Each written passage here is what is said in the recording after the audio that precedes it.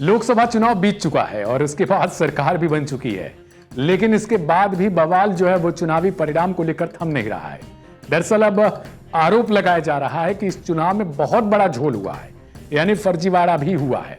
कुल मिलाकर 80 सीटें जो यूपी की हैं, उसके सारे सांसदों को लेकर हंगामा मचा है। इन 80 की 80 सीटों पर बवाल है। इसके अलावा देश की 536 लोकसभा सीटों पर बवाल है। अब बताते हैं पूरी खबर। मेरा नाम है दिव्यांशु और आप देख रहे हैं one India Hindi. Association for democratic reforms यानी एडीआर की एक रिपोर्ट सामने आई है। इस नए नवेले सांसदों के होश उड़ा दिए हैं।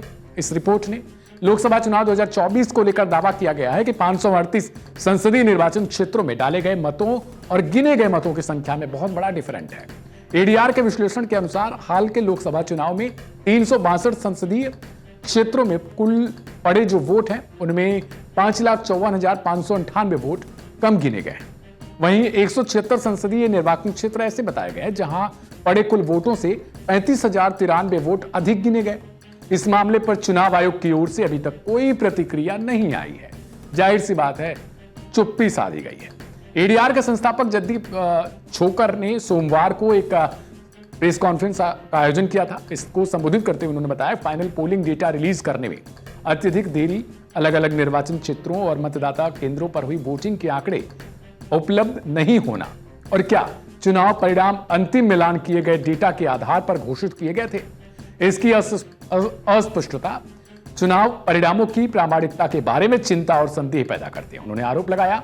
हालांकि एडीआर ने यह नहीं बताया कि वोटों के इस अंतर से कितनी सीटों पर अलग नतीजे आए हैं। एडीआर की रिपोर्ट में कहा गया है कि चुनाव आयोग अब तक इस बारे में कोई उचित स्पष्टीकरण देने में विफल रहा है, यानी चुनाव आयोग की तरफ से चुप्पी साधी गई है। उसने वोटों की गिनती पर अंतिम और प्रामाणिक डेटा जारी करने से पहले चुनाव परिणाम घोषित क्यों किए? ईवीएम में पड़े वोटों, उनकी गिनती में अंतर, चुनाव संपन्न होने के कुछ दिन बाद अंतिम मतदान प्रतिशत में वृद्धि, बूथ वाइज डाले गए वोटों की संख्या का खुलासा न करना, डाले गए वोटों के आंकड़े जारी करने में अनुचित देरी और अपनी वेबसाइट में कुछ डेटा को हटाने पर भी चुनाव आयोग की ओर से कोई स्पष्टीकरण अभी तक नहीं दिया गया। वहीं स्वतंत्र पत्रकारों की ओर से भी कहा जा रहा है कि झोल कुछ न कुछ हुआ है। लोकसभा चुनाव के पहले 6 चरणों के लिए ईसीआई यानी कि इलेक्शन कमीशन ऑफ इंडिया के वोटर टर्नआउट ऐप ने मतदाताओं की सटीक संख्या प्रदर्शित की, यानी पहले 6 चरण जो थे वो सकुशल संपन्न हुए हैं। उसमें कोई दिक्कत की बात नहीं कही जा रही है।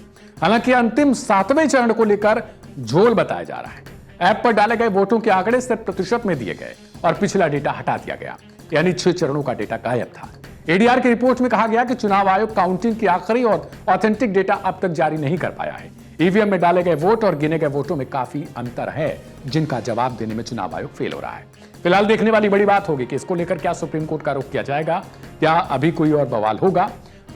इस खबर को लेकर आप अपनी राय कमेंट बॉक्स में लिखें और ढेर सारी खबरों को देखने के लिए चैनल को सब्सक्राइब और बेल आइकन को जरूर दबाएं। नमस्कार।